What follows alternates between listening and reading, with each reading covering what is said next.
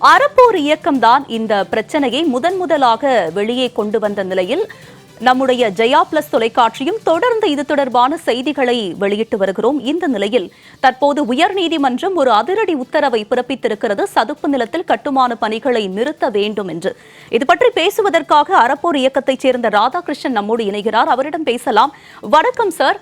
தற்போது உயர்நீதிமன்றம் ஒரு அதிரடி உத்தரவை பிறப்பித்திருக்கிறது. சதுப்பு நிலத்தில் கட்டுமான பணிகளை நிறுத்தணும்னு இந்த உத்தரவை எப்படி பார்க்கறீங்க? இது பற்றி சார்.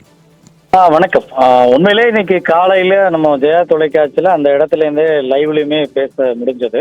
அப்ப கூட நம்ம என்ன குறிப்பிட்டிருந்தோம் அப்படின்னா, இந்த ஆதாரங்களை போதுமான விவரங்களை உரிய துறைக்கு அமைச்சிருக்கோம். அரசே முன் வந்து இதை உடனடியா நிறுத்தணும் அப்படின்றதும் கோரிக்கையா வச்சிருந்தோம். பத்திரிகையாளர் சந்திப்பிலையும் நம்ம என்ன கேட்டிருந்தோம்னா, இந்த ஆவணங்களை நீங்க முழுமையா ஆய்வு அறிவிப்பு கொடுங்க அப்படின்னு, இதுக்கு உரிய நடவடிக்கை எடுக்கணும்னு. ஆனா அரசு என்ன பண்ணாங்கன்னா, ஒரு 4-5 நாட்கள் அமைதியா இருந்துட்டு ஒரு விளக்கம் கொடுத்தாங்க. அந்த விளக்கம் எந்த அளவுக்கு தட்டையான விளக்கம்னு நமக்கே தெரியும். அதுல இது தெளிவாதான் இருக்கு. ராம்சார் லேண்டை பத்தி நாங்க எந்த வேலையும் செய்யல, 3 வருஷமா தமிழ்நாடு அரசு சும்மாதான் இருந்திருக்குன்ற அந்த அறிக்கையில குறிப்பிட்டிருக்காங்க.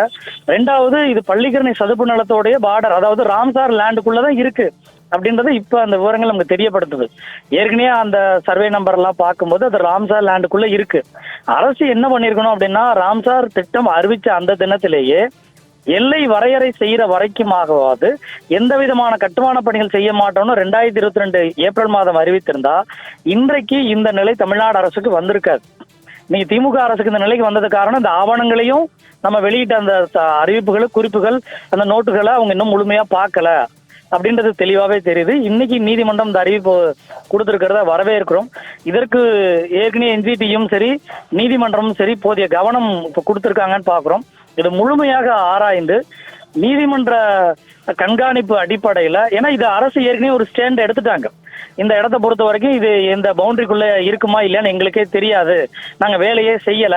அப்ப நமக்கு என்ன கேள்வி வருது அப்படின்னா, இந்த சர்வே நம்பர்கள் ராம்சார் லேண்ட்ல இல்லைன்னு சொல்லிடுவாங்கன்னு நமக்கு ஒரு அச்சம் இருக்கு. அப்ப நீதிமன்ற பார்வையின் அடிப்படையில இந்த விசாரணைகள் மேற்கொள்ளப்பட்டு வெளிப்படையாக அறிவிக்கப்படணும். இது போன்ற மற்ற இடங்களும் மீட்கப்படணும்ன்றதுதான் அறப்போருடைய கோரிக்கையா இருக்கு.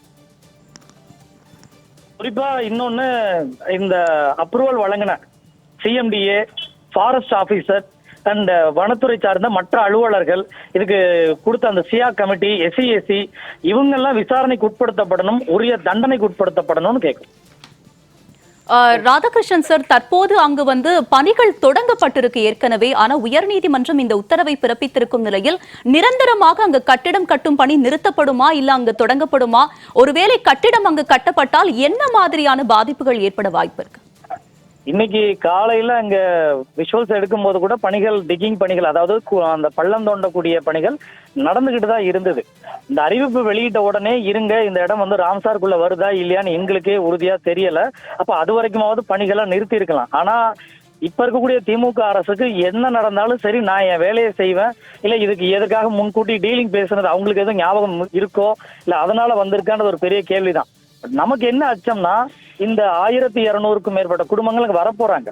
வரவிருக்கக்கூடிய மழைக்காலங்கள்ல அங்க தண்ணி தேங்கி நின்னுச்சுன்னா திரும்பவும் 1000 குடும்பங்கள் ஆதரவற்ற நிலையில அங்க நிப்பாங்க. ஏன்னா கார் இருக்கும், வண்டி இருக்கும், ஆனா கீழே இறங்கி மக்களோட அந்த வெள்ளத்துல எப்படி வருவாங்கன்னு ஒரு பெரிய கேள்வி. ஏன்னா பல ஆண்டுகளாக அது இன்னும் திறப்பு வெளியா தான் இருக்கு. இப்ப கூட நீங்க அந்த அந்த கட்டிடம் கட்டிக்கூடிய ஒட்டி, அந்த சுவற்றை ஒட்டிக்கூடிய பகுதியெல்லாம் பாத்தீங்கன்னா பசுமையாக இன்னும் ஈரத்தணலா தான் இருக்கு, ஈரம் சோர்ந்துதான் கிடக்கு அதுல. அப்போ அதுல கட்டடம் கட்டுறதுக்கு அனுமதி கொடுத்ததே தவறானது, முறைகேடானது, மோசடியானது. இதுல இன்வெஸ்ட் பண்ணி இப்போ வரக்கூடிய ஒரு 1000 குடும்பங்களும் பெரிய ஆபத்துல சந்திக்க போறாங்களோன்னு ஒரு பக்கம் அச்சம்.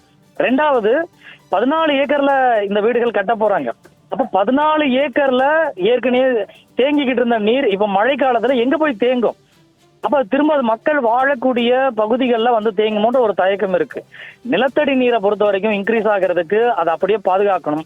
வெள்ள தடுப்புக்கு அந்த நிலங்கள் ஈரத்தன்மையோடு இருக்கணும். அதுதான் வெட்லாண்ட் ஆக்டுமே சொல்லுது. நம்ம சட்டத்தின் அடிப்படையில தான் கேட்டுக்கோம். இது போல இன்னும் பல இடங்கள் இங்க நடக்குது. அந்த இடங்களும் மீட்கப்படணும். இந்த கட்டமைப்பும் நீங்க திரும்ப கூட விசாரிங்களேன், விசாரிச்சுட்டு கூட அதனுடைய பழைய நிலைக்கு கொண்டு வரதுக்கு முயற்சி பண்ணுங்க.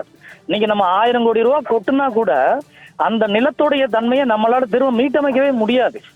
அப்ப இதற்கு பிறகு ஒரு அடி கூட அங்க எந்த விதமான மோசமான கட்டமைப்பும் வராதத தமிழ்நாடு அரசு இதை ஒரு படிப்பினையா எடுத்துக்கிட்டு வேலை செய்யணும் அப்படின்றத நம்ம சொல்றோம். சார், இணைப்பில் வந்து பல்வேறு விஷயங்களை பகிர்ந்து கொண்டமைக்கு நன்றி சார்.